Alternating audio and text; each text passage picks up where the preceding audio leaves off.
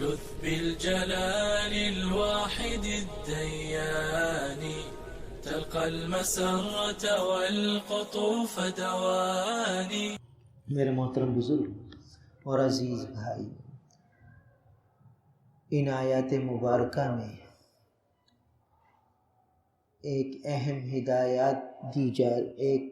چند اہم ہدایات دی جا رہی ہیں والدین کے حقوق سے متعلق۔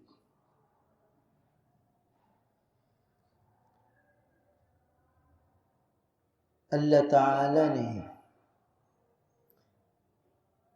اپنے بندوں کے حقوق کو تعلیم فرمایا کہ بندوں کے کیا حق ہیں۔ ان میں سب سے اہم ترین حق جس کو مقدم فرمایا وہ والدین کا حق تھا۔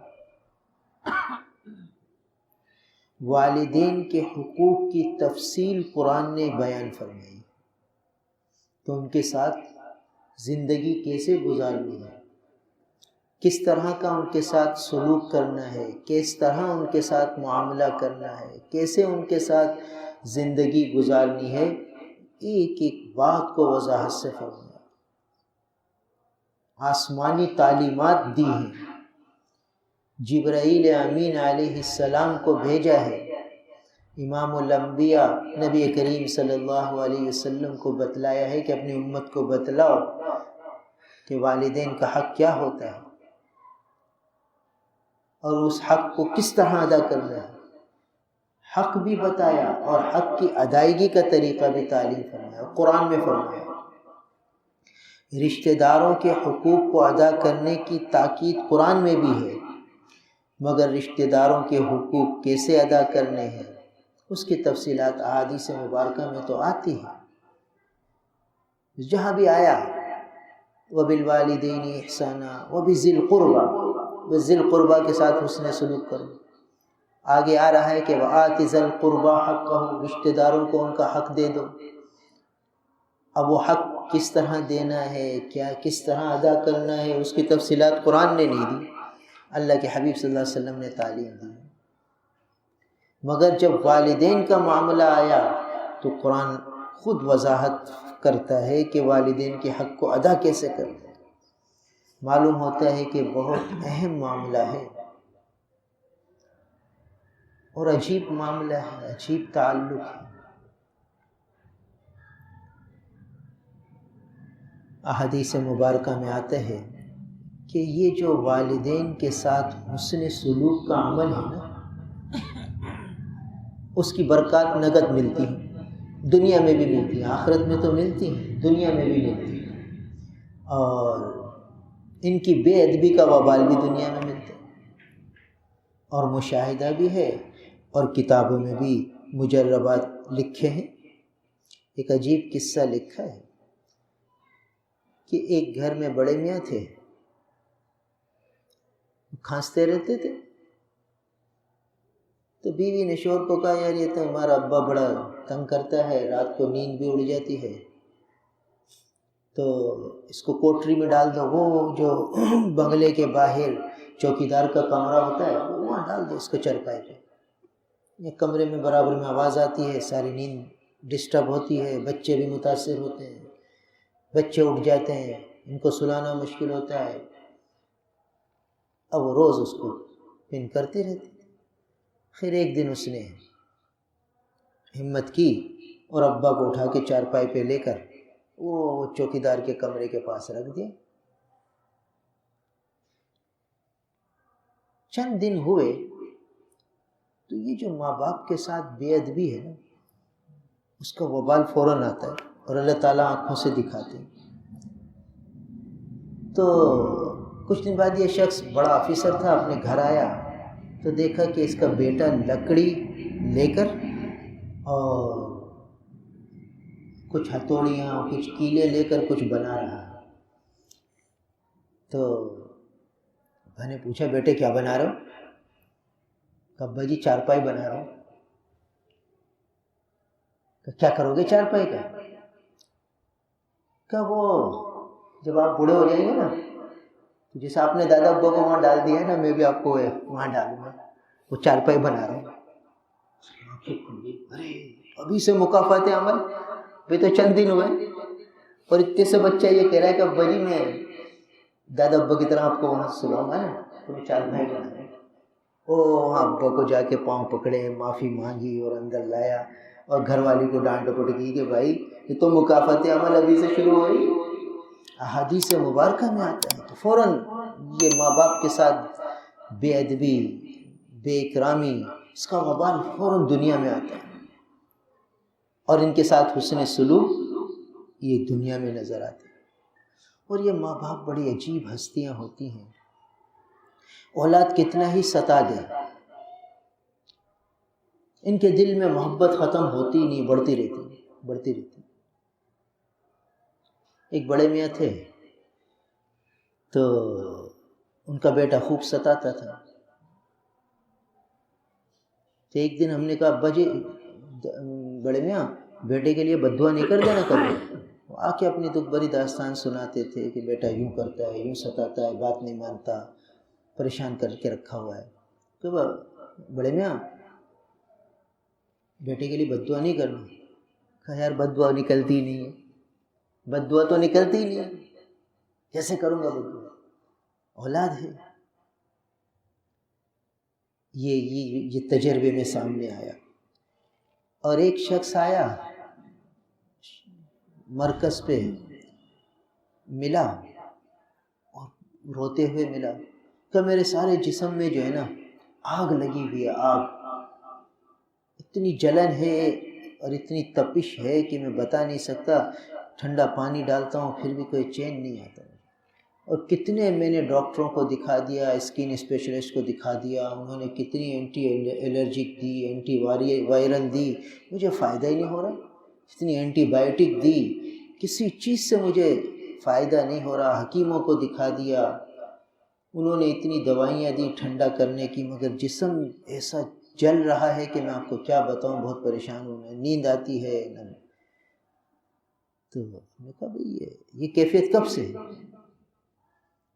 کہ جب سے میری ماں مری ہے، جب سے۔ میں نے کہا کیا تھا تم نے اماں کے ساتھ؟ کہا بس مجھے شیطان نے بہکا دیا تھا، اماں سے لڑائی ہو گئی تھی، میں گھر چھوڑ کے چلا گیا تھا، پھر اماں سے ملا ہی نہیں۔ اماں بلاتی رہی بیٹوں کو بھیج کر کے، بھی بڑے بیٹے کو بلا کے لاؤ، میں کہا بس میں مر گیا ہوں، اماں کو کہہ دو کہ تو میرے لیے مر گئی، میں تیرے لیے مر گیا۔ وہ تڑپتی تھی، پیغام بھیجتی تھی کہ بھئی، پھر وہ چارپائی پہ لگ گئی، مرنے کے قریب ہو گئی، اس نے پیغام بھیجا کہ بھئی آخری دیدار تو کرا دے، بس اب تو میں جا رہی ہوں دنیا سے۔ کہا ماں کو کہ میں مر گیا ہوں اور تم میرے لیے مر گئی۔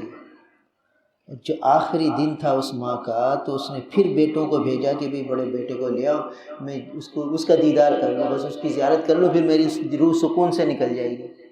تو میں نے اس وقت بھی منع کر دیا۔ تو اس ماں نے مرتے مرتے بیٹوں کو کہا کہ میری وصیت ہے، اس کو کہنا کم از کم میری چارپائی کو کندھا تو دے دے، کہ میرا بیٹا میری چارپائی کو کندھا تو دے دے، بس مجھے سکون آ جائے گا۔ کہ میرے پہ شیطان اتنا حاوی تھا کہ جب وہ باپ آئے، ماں کی وصیت کہی کہ بھئی جو ہے ماں نے یہ کہا کہ کندھا دے دے، میں نے کہا میں مر گیا ہوں اس کے، وہ میرے لیے مر گئی، کندھا تک دینے نہیں گیا، جنازہ تک نہیں پڑا۔ بس اس دن کے بعد جو دوسری صبح آئی ہے، اس وقت سے جو میری جلن ہو رہی ہے، میں بتا نہیں سکتا کہ کیا ہوا۔ ادھر پکڑا ہوا ماں کو ستانے کا، ماں کے دل دکھانے کا، فوراً پکڑ آئی ہے۔ وہ کہا اس دن سے بس میں پریشان ہوں، مجھے چین نہیں آتا، مجھے کوئی وظیفہ دو، میں کیا کروں؟ ان کا بھئی یہ تو بڑی عجیب عبرت کی بات تم نے سنائی ہے، بس تم یہ کرو کہ ماں کی قبر پہ چلے جاؤ اور کچھ سورہ یاسین پڑھ لو، اور رب ارحمہما کما ربیانی صغیرہ کی تسبیح پڑھ لو، اور پھر دعا مانگ لو، اور اللہ سے معافی مانگو کہ میں نے جو اس ماں کی بے ادبی کی ہے مجھے معاف کر دو۔ امید ہے کہ کچھ اللہ تعالیٰ رحم فرما دیں گے۔ پھر وہ گیا اور اس نے کچھ ایسے معاملے کیے تو الحمدللہ کچھ رعایت ہو گئی اس کے ساتھ۔ پھر اس نے کہا اب کچھ افاقہ ہے، اب کچھ بہتری ہے۔ تو یہ دنیا میں پکڑ آتی ہے۔ اس لیے بھائی یہ ماں باپ کی ادب احترام دل سے کرنا ہے، کیونکہ قرآن نے آگے فرمایا ہے ربکم اعلم بما فی نفوسکم، تمہارا رب زیادہ جانتا ہے کہ تمہارے دل میں کیا ہے۔ کن جذبوں سے خدمت کرتے ہو؟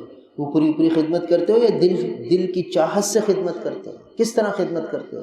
ربکم اعلم بما فی نفوسکم، تمہارا رب زیادہ جانتا ہے جو تمہارے جیوں کے اندر ہے۔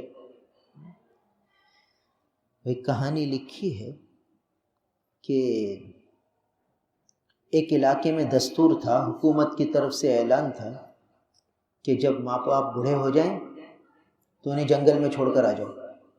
جو اپنے ماں باپ کو بوڑھے ماں باپ کو گھر میں رکھے گا اس کا چالان کٹے گا، اس پر ٹیکس لگے گا، اس کو جیل جانا پڑے گا۔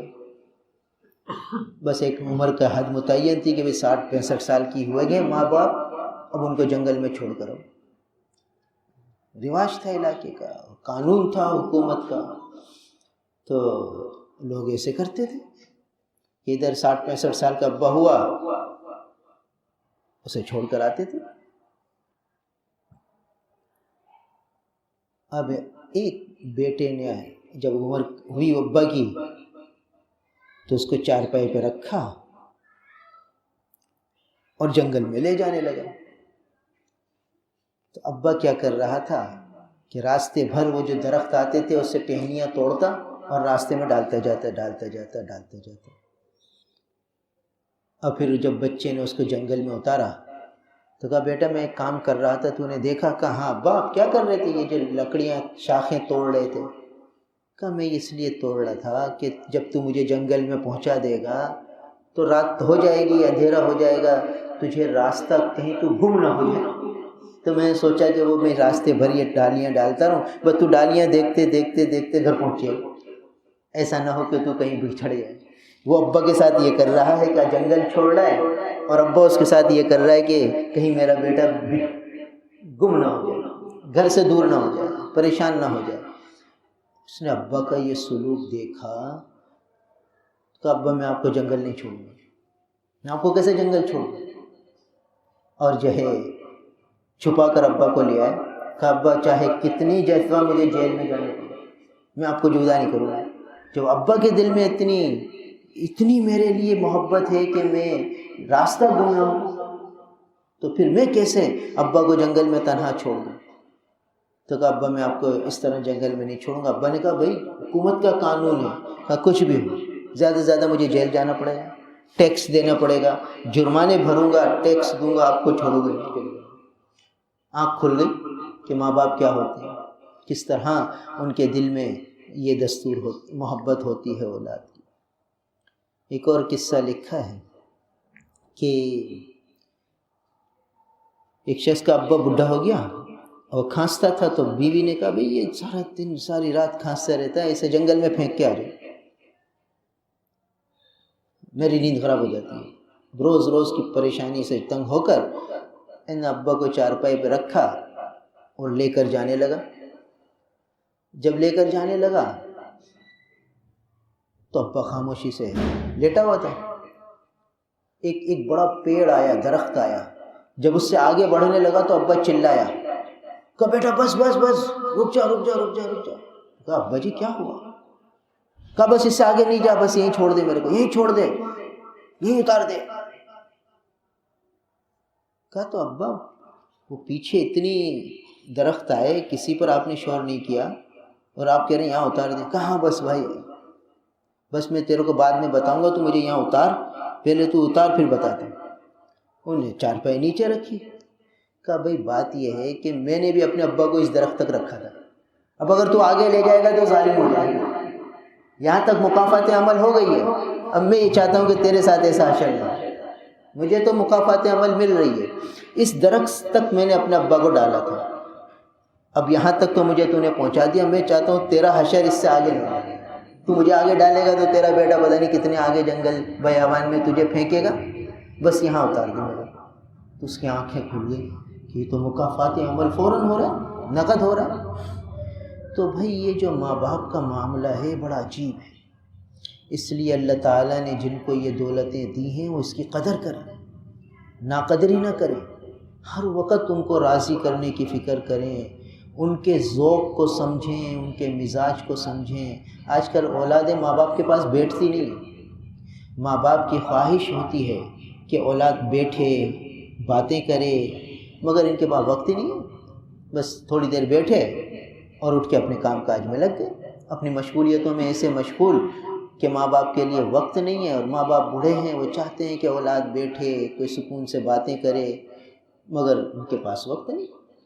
اس لیے بھائی قرآن بہت تاکید سے ماں باپ کے حقوق کو تعلیم دے رہا ہے اور حقوق ادا کرنے کے سلیقے سکھا رہا ہے، آداب تعلیم فرما رہا ہے کہ ماں باپ کے ساتھ کیسے رہنا ہے، کس طرح رہنا ہے، کس طرح بات کرنی ہے، آواز ان کی آواز سے اوپر نہیں نکالنی، ایک ایک بات قرآن تعلیم دے رہا ہے کہ کس طرح والدین کے ساتھ سلوک رکھنا ہے، معاملہ کرنا ہے۔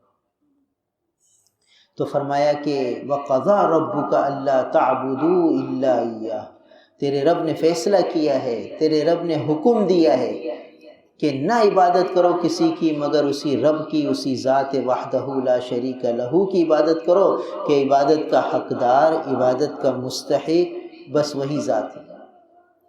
وَبِالْوَالِدَيْنِ إِحْسَانًا، اور والدین کے ساتھ احسان کا معاملہ کرو، حسن سلوک کا معاملہ کرو، احسان کا معاملہ کرو۔ احسان ادا ہو نہیں سکتا مگر تمہیں احسان کرنے کا حکم دیا ہے کہ حتی الامکان احسان والا معاملہ کرنا، اگرچہ احسان ہو نہیں سکتا۔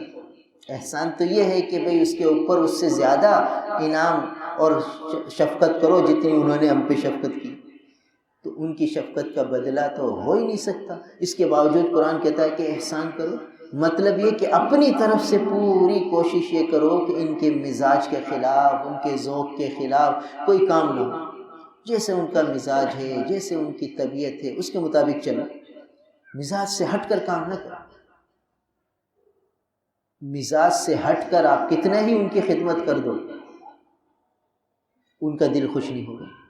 تو اس لیے بھائی جب والدین بوڑھے ہو جائیں تو ان کی مزاج شناسی اور ان کی طبیعت کو پہچاننا اور اس کے مطابق کام کرنا، چاہے کتنا طبیعت پر گراں گزرے، چاہے کتنا طبیعت پہ بھاری ہو، کہ یہ وہ دولت ہے جو پھر بعد میں ملنے کی نہیں ہے، بعد میں نہیں ملے گی، یہ ایک دفعہ ملی ہے، اس لیے اس کی قدر کرنی ہے۔ تو ان کے ساتھ احسان کا حکم دیا، اما یبلغن عندک الکبر احدہما او کلاہما، اگر پہنچ جائیں تیرے پاس بڑھاپے کو ان میں سے کوئی ایک یا دونوں کے دونوں بوڑھے، دونوں بڑھاپے کو پہنچ گئے، اب دونوں کے مزاج الگ، دونوں کی طبیعتیں الگ، ایک کیا کہے گا ایک کیا کہے گا، تو دونوں کو لے کر چلنا اور دونوں کے مزاج کو پہچاننا اور اماں جی ابا جی کہہ کر ان کو خوش کرنا، اور جیسے وہ بلائیں دوڑ کر جانا، ساری تعلیم دی۔ تو فرمایا کہ یہ بھی فرمایا کہ بے ادبی کا کوئی جملہ نہ ہو، آواز سخت نہ ہو، فلا تقل لہما اف، ان کو اف بھی نہ کرو۔ مفسرین نے لکھا ہے کہ اف سے نیچے درجے کی بھی کوئی بے ادبی ہوتی تو قرآن اس کو بذکر کرتا، ہوں بھی نہ کہو۔ اس کا مطلب یہ ہے کہ چہرے کے تاثرات بھی نہ بگاڑو، کہ کہیں ماں سوچے کہ میری بات سے بیٹے کو برا لگے، بیچارے مائیں بیچاری اتنی حساس ہوتی ہیں کہ بیٹے کا چہرہ بھی بدل جاتا ہے تو وہ فکر مند ہو جاتی ہیں کہ بھئی میرا بیٹا کہیں ناراض تو نہیں ہو، میری بات کہیں اس کو بری تو نہیں لگی، کہیں اس کو غصہ تو نہیں آ گیا، وہ اندر ہی اندر ان کو ہوک اٹھتی رہتی۔ تو فرمایا فلا تقل لہما اف، ان کو اف بھی نہ کہو، یعنی اف تو چہرے بگاڑنے کے بعد کی بات ہے نا، فرمایا چہرہ بھی نہ بگاڑو، ناگواری کا اظہار بھی نہ کرو، غصے کا اظہار بھی نہ کرو، اور یہ ساری چیزوں کے بعد اگلا لفظ آتا ہے اف، ان کو اف بھی نہ کرو۔ ولا تنہرہما، ان کو جھڑکو بھی مت، کہ بعض اوقات غصہ آ جاتا ہے تو آدمی جھڑک دیتا ہے۔ کتابوں میں قصہ لکھا ہے کہ ایک بڑے میاں بیٹھے ہوئے تھے بیٹے کے ساتھ، صبح کا وقت تھا یا عصر کا وقت تھا، تو گھر کے اندر باغ تھا، اس میں بیٹھے ہوئے تھے ابا اور بیٹا، چائے پی رہے تھے شام کی۔ تو ابا نے بوڑھے تھے، بیٹے سے کہا بیٹا وہ درخت پہ جو ہے پرندہ وہ کیا ہے؟ تو ان کا ابا وہ کوا ہے، کوا۔ پھر تھوڑی دیر ہوئی تو کہا ابا وہ بیٹا وہ کیا پرندہ ہے؟ تو ابا وہ کوا ہے۔ تھوڑی دیر بعد پھر ابا نے پوچھا، تیسری یا چوتھی دفعہ بیٹے کو غصہ آ گیا، ارے ابا میں نے کہہ تو دیا کہ کوا ہے، 36 دفعہ کہہ دیا، تمہیں سمجھ میں نہیں آ رہا، بار بار کہا جا رہا کیا ہے۔ تو بن کا بیٹے تیرا بیٹھنا، میں آ رہا ہوں۔ وہ اندر گئے، ابا جی ایک کاپی لے کر آئے، اور کاپی میں تاریخ لکھی ہوئی تھی، وقت لکھا ہوا تھا کہ صبح فجر کے بعد، پہلے زمانے میں لوگ ڈائریاں لکھتے تھے، تو آج فجر کے بعد میرے ساتھ میرا بیٹا بیٹھا تھا اور باغ میں ایک کوا بیٹھا تھا، تو میرا بیٹا مجھ سے پوچھا تھا ابا وہ کیا ہے؟ تو میں نے کہا کہ کوا۔ اس نے 25 دفعہ پوچھا اور 25 دفعہ میں نے جواب دیا کہ بیٹا وہ کوا ہے۔ تو ابا جی وہ ڈائری لے کر آئے اور کاپی کھول کے بیٹے کے سامنے رکھی، بیٹا یہ پڑھنا ہی کیا ہے؟ اور بیٹا پڑھ رہا ہے کہ آج فلاں تاریخ ہے، صبح کا وقت ہے، فجر کے بعد میرا بیٹا فلاں میرے ساتھ بیٹھا تھا، اور وہ اس نے مجھ سے پوچھا کہ بیٹا ابا وہ کیا ہے؟ تو میں نے کہا کوا ہے۔ 25 دفعہ اس نے پوچھا، میں نے 25 دفعہ جواب دیا، اور آج بیٹا 4 دفعہ میں مجھے جھڑک دیا۔ بیٹے کی آنکھیں کھل گئیں، کہا بیٹا میں نے تو 25 دفعہ تجھے جواب دیا، میں نے تو تجھے نہیں جھڑکا تھا، تو نے 4 دفعہ میں مجھے جھڑک دیا کہ ابا میں سمجھ میں نہیں آ رہا۔ تو میں تجھے سبق دے رہا ہوں کہ کل تیری اولاد بھی تیرے ساتھ ایسا کرے گی، خیال رکھنا۔ مکافات عمل فوراً ہوتا ہے، وہ فوراً اس کی آنکھیں کھلی، ابا جی معاف کر دو، معاف کر دو۔ تو فرمایا کہ فلا تنہرہما، ان کو جھڑکنا بھی نہیں ہے۔ بعض اوقات اولاد جھڑک دیتی ہے، غصے کا اظہار کر دیتی ہے، ناراضگی کا اظہار کر دیتی ہے، کئی دن بولتی نہیں، منہ پھلائے بیٹھی ہے، اور ماں بیچاری پریشان کہ بیٹا بول نہیں رہا، بیٹی بول نہیں رہی، اور اندر ہی اندر ان کو ہوک اٹھتی رہتی ہے، بڑھاپا ہے، طبیعت میں گرانی ہے، اور یہ ہے کہ اس کو ہوش بھی نہیں۔ قرآن کی تعلیم ہے کہ بھائی جھڑکنا بھی نہیں، اور یہاں جھڑکنے کے بعد پھر بات بھی نہیں کرنی۔ تو بھائی یہ بڑے خطرے کی چیزیں ہوتی ہیں، فوراً پکڑ آتی ہے ماں باپ کی بے ادبی کی۔ تو فرمایا کہ فلا تقل لہما اف ولا تنہرہما، چہرے کو بھی نہیں بگاڑنا، ناگواری کا اظہار بھی نہیں کرنا۔ یہ جو اف ہے اس کے مفہوم میں آتا ہے کہ ناگواری کا اظہار بھی نہیں کرنا، اور غصے میں بھڑک کر جھڑکنا بھی نہیں ہے۔ اب جھڑکنا بھی نہیں ہے، ناگواری کا اظہار بھی نہیں کرنا، کیا کرنا ہے؟ قل لہما قولا کریما، بڑی نرم گفتگو کرنی ہے، بہت نرمی سے، بہت دھیمے الفاظ میں، بہت آہستہ، کہ ان کو تکلیف نہ ہو۔ یہ ہے یعنی بات کرنے کا ڈھنگ اور سلیقہ قرآن تعلیم دے رہا ہے کہ ماں باپ سے بات کیسے کرنی ہے۔ غصے کا تو اظہار کی گنجائش ہی نہیں دی، بلکہ بات کرنے کا سلیقہ تعلیم دیا کہ ماں باپ کے سامنے بولنا کیسے۔ وَقُلْ، اے نبی ان سے کہہ دیجئے، قُلْ لَهُمَا قَوْلًا كَرِيمًا، کہ وہ ان سے جو بات کریں تو بڑی نرمی سے بات کریں، بڑے دھیمے انداز سے بات کریں، اور بہت نرمی سے بات کریں، درست لہجہ، غصے کا لہجہ، جھڑکیوں کا انداز، یہ جائز ہی نہیں ہے ماں باپ کے ساتھ۔